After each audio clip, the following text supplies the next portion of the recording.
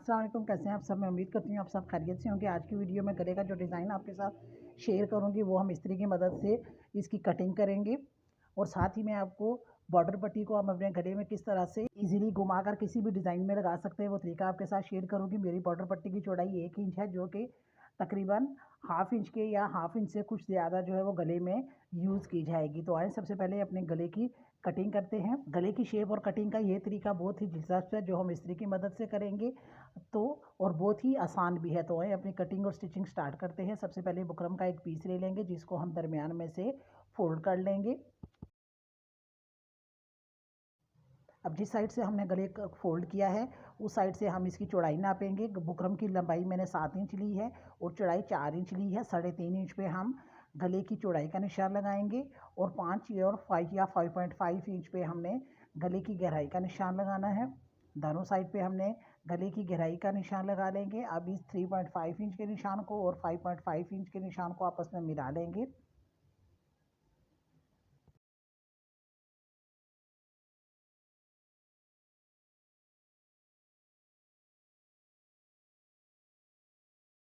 Same इसी तरीके के साथ जैसा कि आपको वीडियो में नज़र आ रहा है। अब जो हमारा 3.5 इंच का निशान था उस पर और 5 इंच के निशान पर हमने आयरन को कुछ इस तरह से रखना है कि इसका कोना जो है वो हमारे 5.5 इंच के निशान पर होगा। अब बिल्कुल आयरन के साथ साथ हमने जो है वो एक मार्कर लेना है। इस तरह से ये आपको मार्क नज़र आ रहा है। अब साइड पे हमने हाफ इंच का मार्क छोड़ना है। बिल्कुल जो हमने गले का निशान आयरन के साथ लगाया है उसके साथ साथ हमने हाफ इंच का निशान लगाना है। अब हम प्रेस को अपनी को इस हाफ इंच के निशान के पास रखेंगे नीचे से और ऊपर से आपने हाफ इंच का निशान बराबर करना है। दरमियान में से हमने जो आयरन का निशान है सेम उसके साथ हमने लाइन लगा लेनी है। इस तरह ये हमारी गले की शेप आ जाएगी। अब हम इसकी कटिंग करेंगे।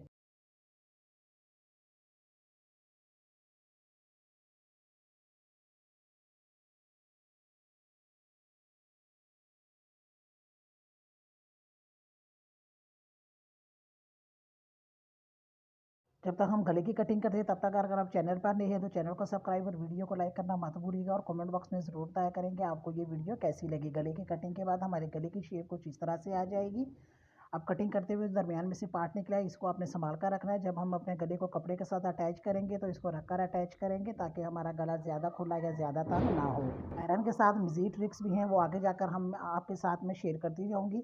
यहाँ पर हमने जो अपनी पट्टी ली थी, पट्टी की लंबाई आप अपनी मर्ज़ी से कम या ज़्यादा कर सकती हैं, लेकिन स्टैंडर्ड साइज़ पट्टी का जो है तकरीबन 36 से 38 की लंबाई को हमने रेडी कर लेना है। तो जितनी हमारी पट्टी की चौड़ाई है दरमियान में हमने पट्टी पर साइड में हाफ इंच या इससे कम का मार्जिन छोड़ने के बाद अपनी मदद से जो हमने साइड में अटैच कर देना है उसको हम बुकरम के साथ अंदर की तरफ फोल्ड कर लेंगे।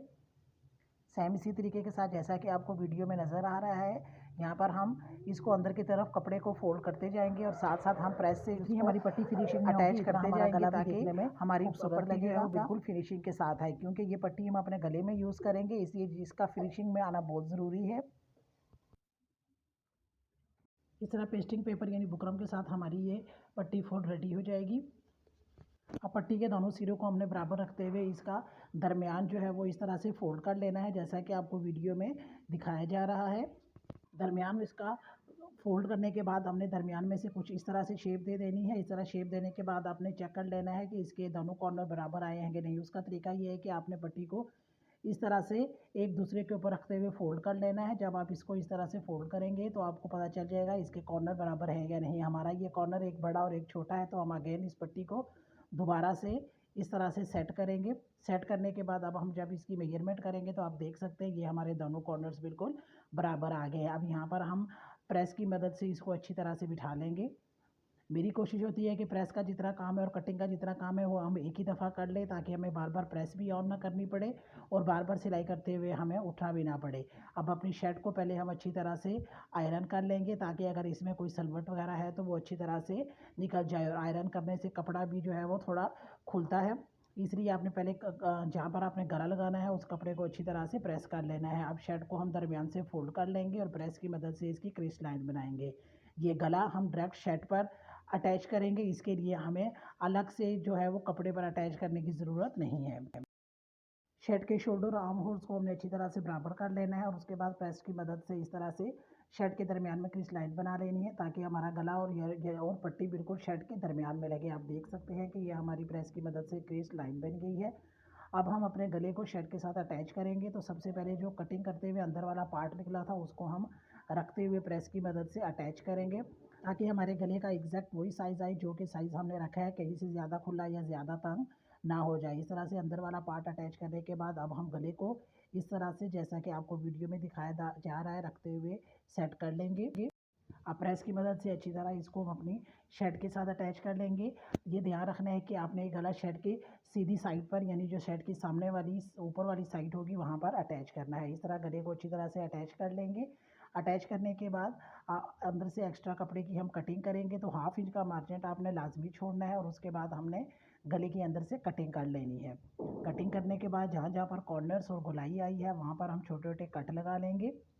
इस तरह से कट लगाने के बाद इसको जब हम अंदर की तरफ फोल्ड करेंगे तो ये अच्छी तरह से फोल्ड हो जाएगा। आप गम स्टिक की मदद से हमने इस तरह से जो हमने पार्ट कटिंग किया है, 1/2 इंच का मार्जिन जो हमने छोड़ा था उसको हम अंदर बुकरम के साथ इस तरह से अटैच कर लेंगे।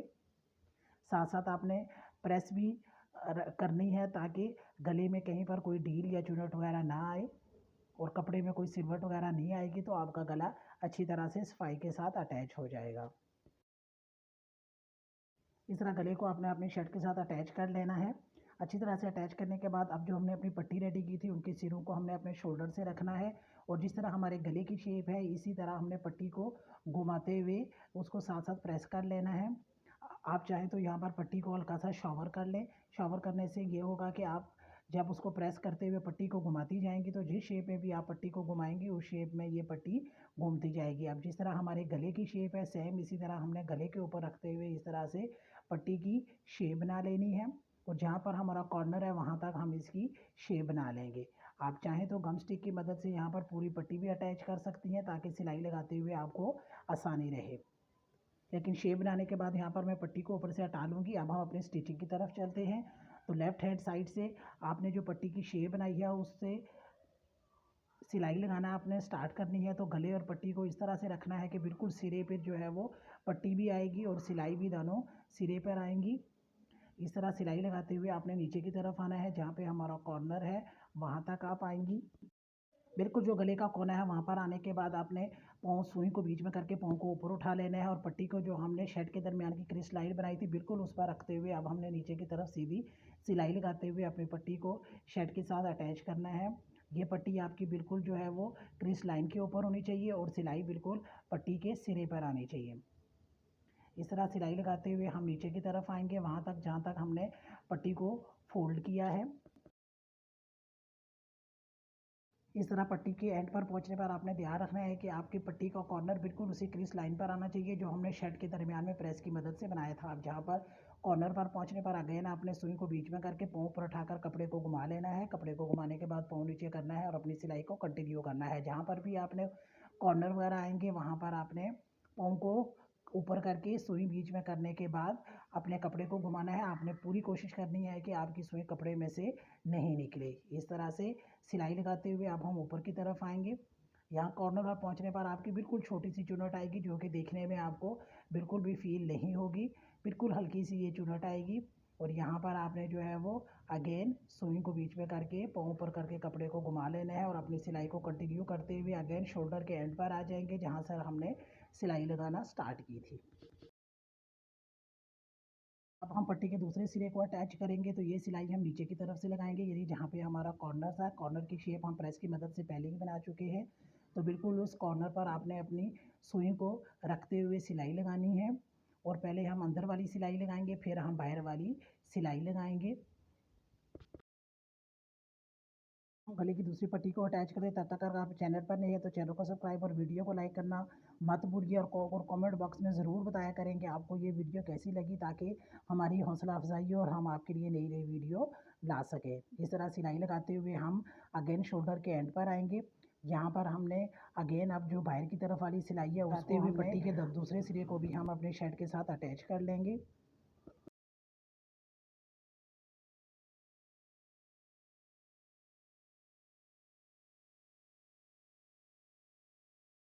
इस तरह गले का ये खूबसूरत सा डिज़ाइन प्रेस की मदद से जो हमने गले की कटिंग की थी उससे गले की शेप भी अच्छी हो गई है।